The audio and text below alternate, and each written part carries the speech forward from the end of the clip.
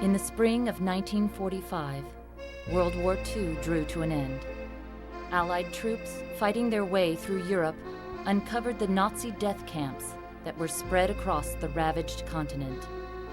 The gates of hell were pried open, and the survivors of the Holocaust emerged to enter the world of the living.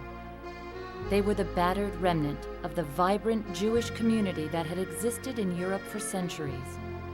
They had nothing, no families to return to, no homes, no worldly goods. With nothing except their own courage and determination, they set out to build new lives in a world free of the hatred that had disrupted their existence and destroyed their families.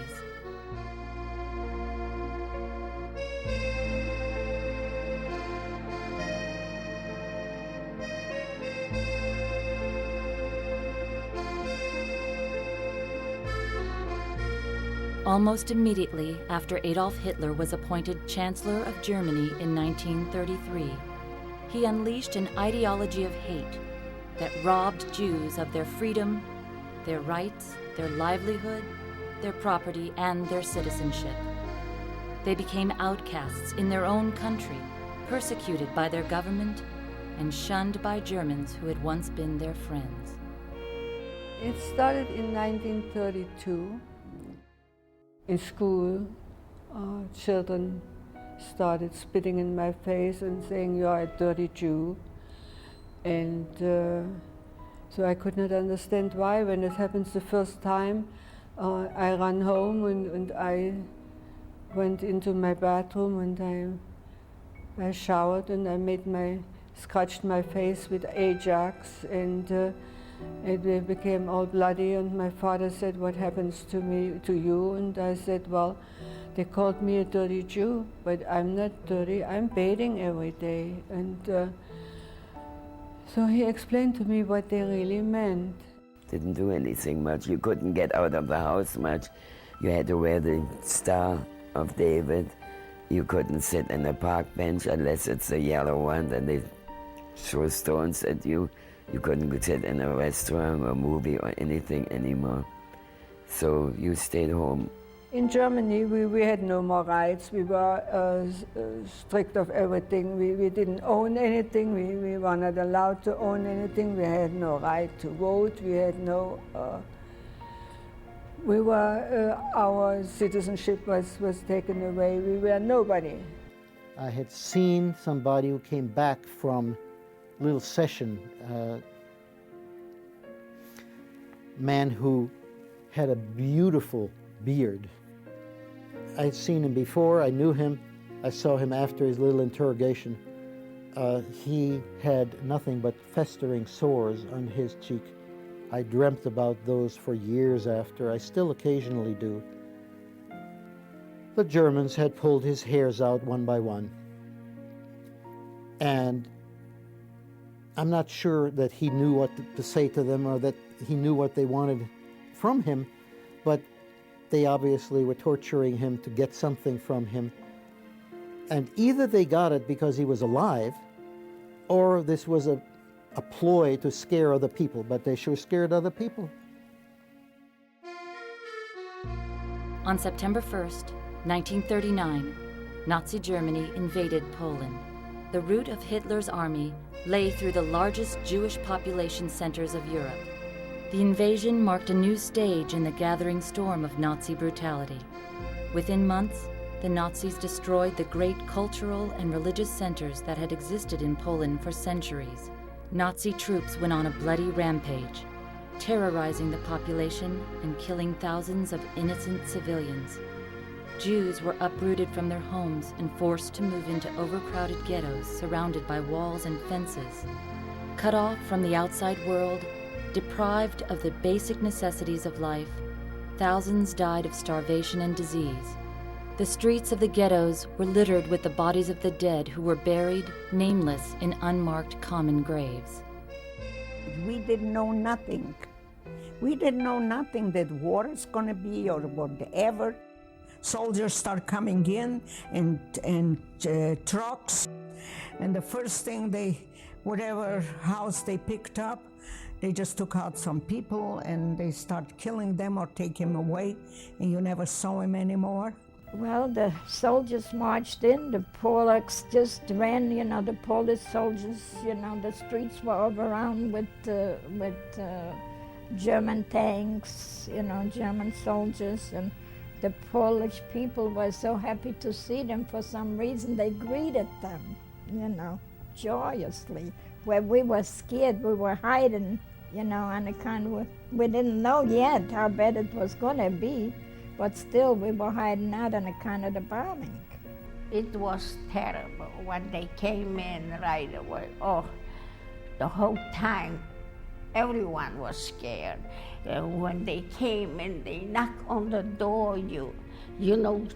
The knock, everyone was staying like they see the death before their eyes. Everyone got as white as a sheet. Within 24 hours, when they were there, they had everything changed to German. I was surprised, even the small signs in City Hall, everything was Germanized. And right away, it started to be, terrible things started to happen. They grabbed the man and they kept him and they beat him. They went into the synagogues and cut beards and took away some of the Jews. I remember they took my grandfather, and he had a long, beautiful white beard. And when he came home, they cut off his beard, and he felt naked without it. He put a handkerchief over his face. He just couldn't see himself without the beard. It was a kind of terror, to terrorize the public. They came into the store, which was not taken over yet, and they asked for merchandise, and they said, we're going to pay for everything through the City Hall, and they asked for many things, and I served them in good faith. And then one of them, who was a linguist, they had a sign here that he spoke other language like English, French, and he asked me, come on, where did you learn to speak so well German? So I stupidly answered him, because German is very similar to Jewish. He drew his pistol and he put it on my temple, and he says, this is a Beleidigung, that I offended the German government by saying that German is very similar to Jewish. My mother started to scream, please don't shoot him. I give you everything you want. Every German did it on his own. Whatever they wanted to do against the Jews, they did. There was total disbelief that things like that could happen because we hadn't done anything. Why should people be against us? They threw out the Jews from the houses, when they had a good house, or from the nice apartments, and that's when they started to create the ghetto life. Every Jew has to leave the town in 3 days, and have to leave everything there. And so we took with 4 or 3 horse and buggy, we took some of the belongings that we could take. We went to another town which was 15 kilometers because we had to leave everything else. And then we moved in with a father's cousin. It was like a ghetto. And they had guards set up every 50 feet practically or more, with little houses with submachine guns where they guard us. And it was all barbed wire. Had to put all around barbed wire. We was on the constant 24-hour watch. We were walking towards, we wanted to bring food to my mother's sister, and we met this group coming toward us. And we saw a body on the ground. I had a big sign that this will happen to everybody who will try to help those stinking Jews. Food was scarce, we couldn't get any more, but we still had, because Our neighbors, the farmers, I lived in a farm town, they brought us eggs and things like that. They liked us. My father helped a lot of people out in his lifetime.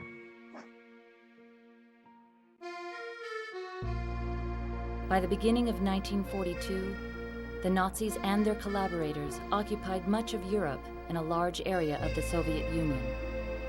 With millions of unarmed Jews under their control, the Nazis implemented the final solution: the planned systematic extermination of the Jews of Europe.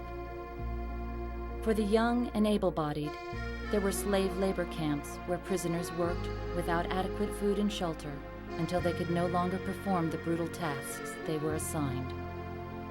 For the middle-aged and elderly, for children and those too weak to work, the Nazis created death camps with gas chambers and crematoria.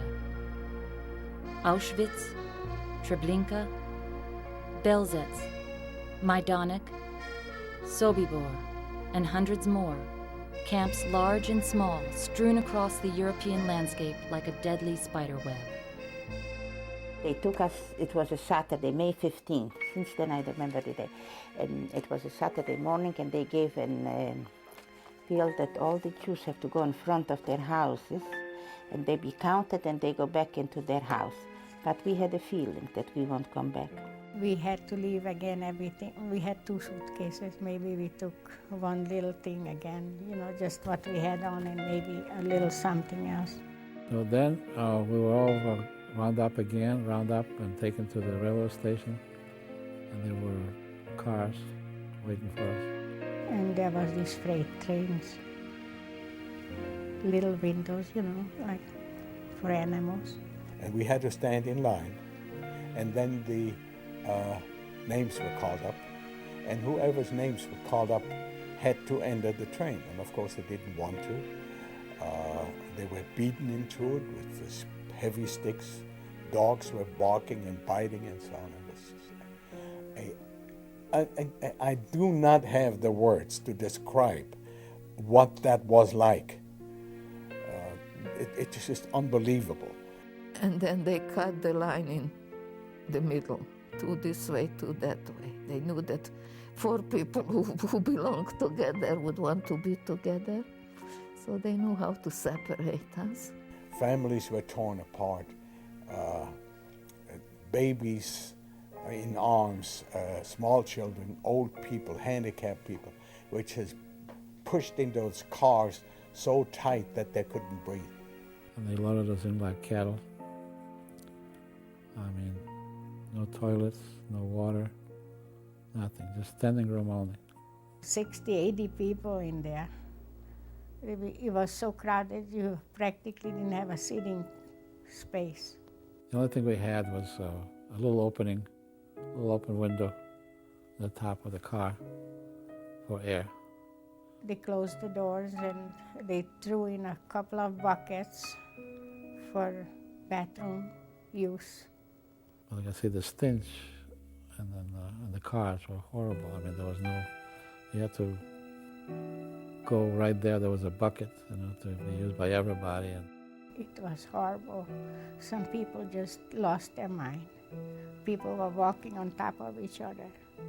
They tried to get to the bucket and fell in it. One thing I never forget. There was this one lady, she had a 3-month-old baby. And she tried to nurse it, but she didn't have no milk. So one lady had some tomato paste in a can, and they had a spoon, and they were feeding the baby with tomato paste, and the baby was grabbing like this. Never forget this. Once in a while we stopped, and I think they gave us some water, but no food. And then we arrived in Auschwitz. Somehow we had a feeling. We saw smoke when we came out into Auschwitz. We saw those barracks, short barracks, and we saw smoke, and we were talking between us. We didn't know nothing really. It's impossible to describe. The door was opened and a German Shepherd was sicked in. And he was trained to get the people out of there. Now we would have come out of this thing. This was the scariest thing a person can imagine. They were with their teeth all the time out, and they were trained to bite into flesh of the people, and it was very scary. But you can imagine those things bit. If you have one of those snarling dogs hanging on your rear end, how you push to get out of there. And we just exploded out of those. So they had to line up men and women separate. With a baton in his hand, and he assaulted us. Right, left, right, left. My brother wanted to come with us. And that's a German officer who had a cane and put around his neck and pushed him away from us. So when I look at him, I knew he was crying.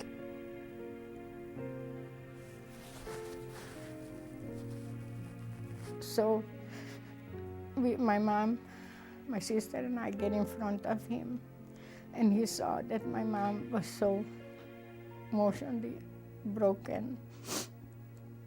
He takes her out of our arms and pushes her this way, and that's the end when we saw my mom.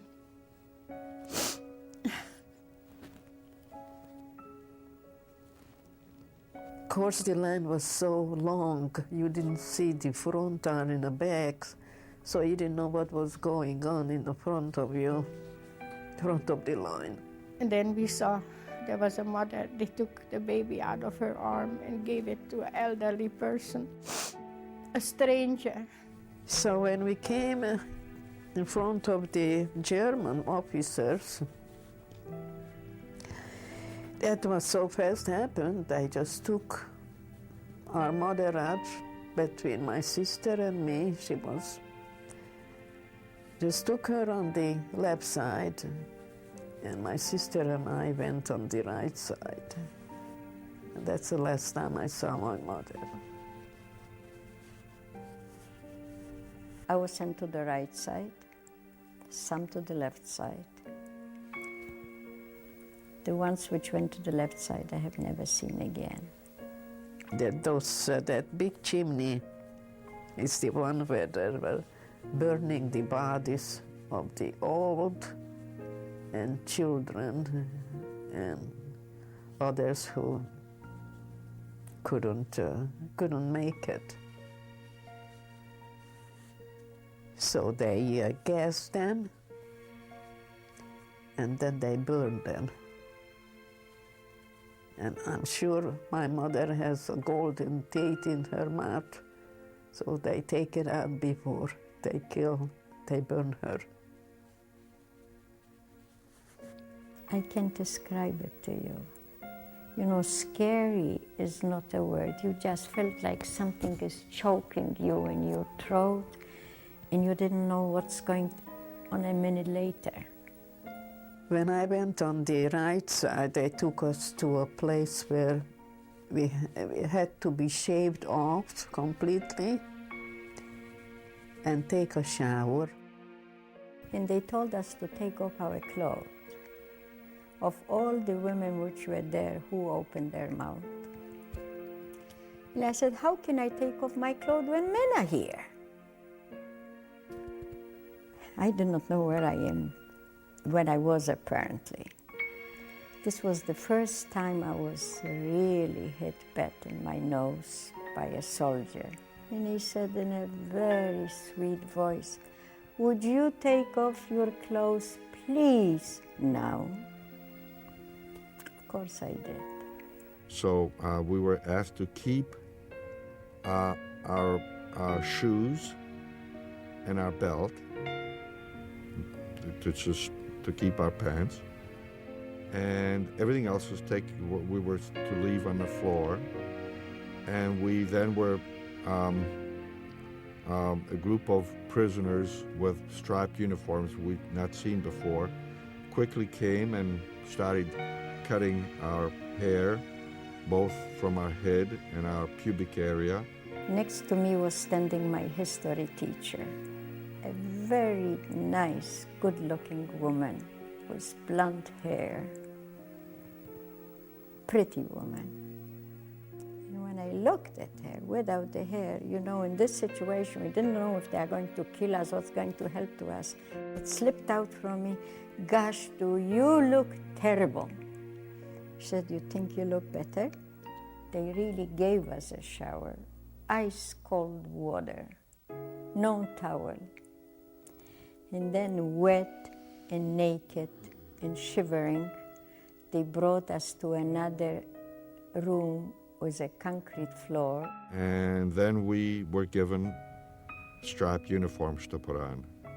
The men who were passing out the uniforms were telling us that we're in Auschwitz, that we're in a place of death, that this is a place where people come to die, and that we will all eventually die. The two women which were guarding us told us, "The first time you dirty Jews are going to get clean clothes." I was wearing my clothing for half an hour and I was itching. I scratched one time and another time, and then I found a louse. I knew that lice exist, but I didn't have a contact with them yet. So since she had a speech that the first time we're going to be clean, without thinking what I'm doing, I ran to the two women which were guarding us and said, "You know, there must be a mistake because the clothes I got has lice." She beat me up very decently and she said, "Now maybe you learned that there are no questions in Auschwitz and there are no answers." Clearly, the enormous gap that had opened up in our lives. I mean, we had been taken from a normal life, and all of a sudden we're in a place that nobody's ever seen before. And it was almost unimaginable, the size of the place and the buildings, and with striped uniforms everywhere. And of course, our instinct was to ask a lot of questions. When you arrive in Auschwitz, nobody volunteers to tell you what is really going on there. Not the block Älteste, the ones in charge of the block, not the capo, and not the older inmates. You have to find out things little by little, almost on your own. I could not understand this terrible stench which was all the way around. You know, they tried to keep that barrack as much as possible clean. And I couldn't understand what is that stench which glues to you like something tangible. I found out later this was the stench of the burning bodies. The main objective was really to show them that you are inferior and you better accept our rule or our orders. One day, a boy grabbed electric wire on a fence and became immediately electrocuted. And that was really the shock of seeing somebody die literally in front of our eyes. And we were sort of mesmerized into seeing him unable to let go of the wire and then gradually falling and still holding on as he obviously died of the impact of the electric shock. We lined up two abreast and we marched to the parade grounds. In the parade grounds, we stood in the column as we came by barracks, turned inwards. That brought in a desk where the master race oversaw everything. And then we were counted. And if the count went right, then we regrouped in work battalions, and we were counted again. And from there we marched off to our particular workplace. Men and women, same way. everybody was to march from the camp to the workplace in the morning, and they marched back in the evening.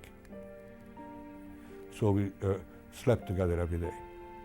We had to double up in beds, 3 high, very small barracks, very narrow walkways, very old, very dirty, windows all knocked out and nailed shut with wood, no ventilation. Very difficult. In wintertime it was nice that you had a warm body next to you to help you keep warm.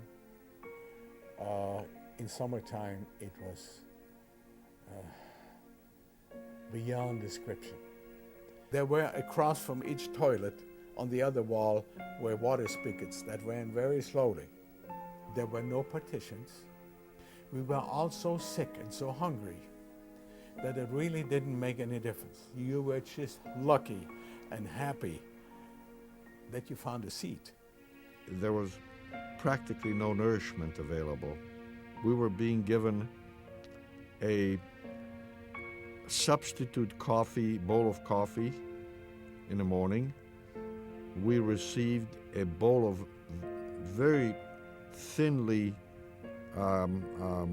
cooked soup that had very little nourishment. The soup was, if you find it a piece potato, you was lucky. The food was awful. We couldn't even have water. At least you work hard, you got to have some water to drink. It was hot. Summertime or springtime was very hot. And late in the evening, we would get 1 slice of bread with either a little square of margarine or a little, an ounce of a paste of some kind. So the caloric intake that we had was literally counted maybe in a 200 to 300 calories for the whole day. I remember I was so weak, I looked like a skeleton. There was no meat left in my body. And I was dragging my feet. I couldn't lift it. I would trip over any little piece of paper would lay on the floor. I'd trip over it. That's how weak I was. After we came back to our block, the block was locked. We were not supposed to go out. Whoever tried to go out risked his life or her life. But I wanted to know what happened to my mother. I went out the first time and I was looking for the hospital. I couldn't find it. I did not remember exactly where it was and I couldn't talk to anybody about it. The third night, again, I went out and I found my mother. She was so skinny, really skin and bones. She was a very beautiful woman, not like I look like my father. She was really beautiful. She looked terrible. And next to her were a few portions of bread. And I said, Mother, we all are so hungry. You have bread. Why don't you eat it? You are so skinny. She said, I can't. And I remember I broke up a piece and I made it soft in my hands and I said, try to eat it. She couldn't swallow. So I asked her, Mother, what could you eat? And she must have had very high temperature because she was a smart woman. If she would have all together, she wouldn't say what she said. She said, maybe I could eat an apple. I think it's easier to walk to the moon barefooted than to get in Auschwitz an apple. I got an apple for her. I didn't eat 3 days. I saved up my bread. I'm going to tell you something I never told anybody. I was always very proud of myself. I would smoke a lot, start smoking a lot. One day I was leaving and the sentry was there. And when he would throw the butt of the cigarette, about 10, 20 prisoners would go for that butt to take it to smoke. And I never went for it. I never did. So one day, he was there. He threw the bat just on my feet, and he held everybody with the gun, told him, "Don't you." He wanted me to take it, the bat, because I never got any bats. He noticed that I never bent to get his cigarette butt. I just looked at him. I didn't have nothing on, no shoes, I was bare feet. So I stepped on that butt. And I turned around and I started shoveling. That's where I got my first beating. They really beat me. Very, very hard. Of course, the second time that he threw the bat, I took it. They already broke it. The biggest thing was fear. I think was more important than the rifles, than the bullets. The fear that they injected, they instilled in the people, were just something that is unexplainable. Just to hear them walk at night, with the nails in their shoes, was enough to make your skin crawl. At the evening count, they would bring in something like a sawhorse, put this guy across, tied his legs and arms to the legs of the sawhorse, pulled his pants down, and gave him 25 lashes. And whoever did that put all his heart and soul into it. After 2 or 3 lashes, the guy stopped screaming. He was unconscious. The skin came off in strips. The flesh just fell off. The blood was spurting all over the place. Well, we were standing there, and they marched up and down our rows with their dogs and their rifle butts at the ready to make sure that we watched. You couldn't close your eyes, you couldn't avert your eyes. You had to watch this happening. And they beat me with the boots, with sticks, with whatever, to the point I couldn't cry anymore. I just only could make some sounds to this point. I was almost there. I should say, this is the last time I prayed. I never prayed ever since. That's the last time I said, I don't want to die, because to want to die, it's in the future. I want to be dead now. I just can't take it. I cannot take the pain. And of course, after they stopped, my friend Jacques took me in his arms and started saying, everything will be okay. Let's not worry now. Everything will. I couldn't even cry. He couldn't even cry. No more tears to cry. Now comes the interesting part. We had bed bugs, body lice, swarming all over. And when they bite, they give you typhus. At least the ones that we had did. From each block, they pick you. Well, people die overnight. You have to throw them out. So they go and check, they count them. If you didn't act, you were healthy, you were taken right away. So I saw that was helping me, that I'd rather act strong, even if I wasn't, to save my life. But it was very terrible inside the camp. It was something. I don't think anybody can conceive the cruelty of the Germans, no matter how much you have read, no matter how much you feel.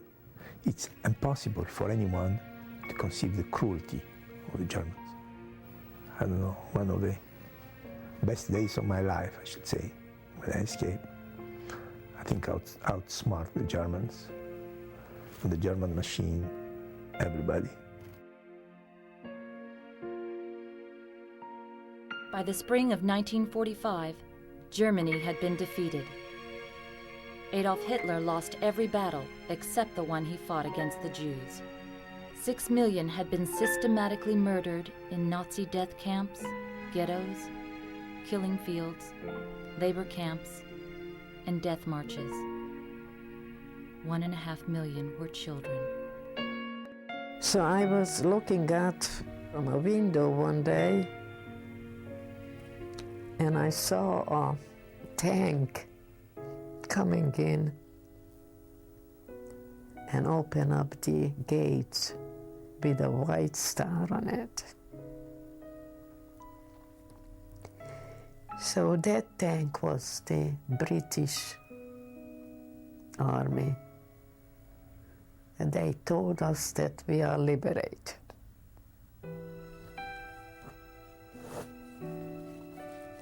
That was April 15, 1945. And I went down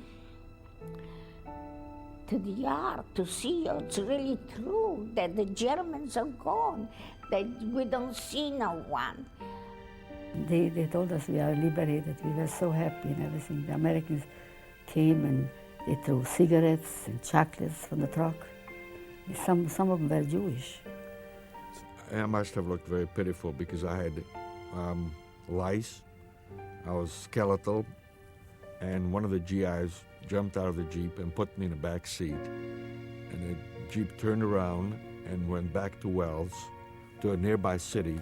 And there was a small American field hospital set up. I had literally huge boils, pussy boils all over my body, crawling with lice. I must have looked like a real shaggy dog. They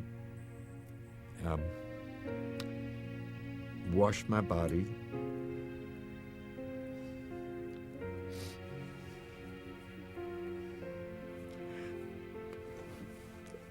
Sorry. As I lay there, one of the men was washing my body and was crying the whole time. It was such a touching moment.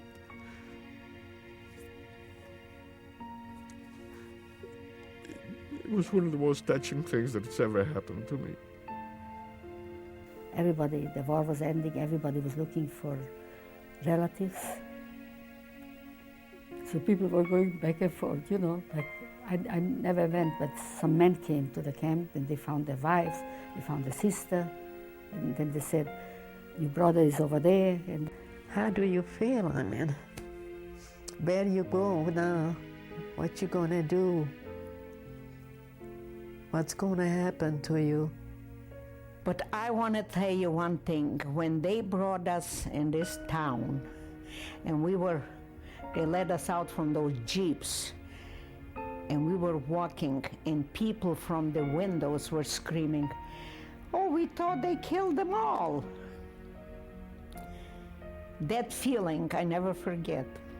How I felt, I said, so I had to go through that hell and survive and lose my whole family, so they would scream, "We thought you were all killed."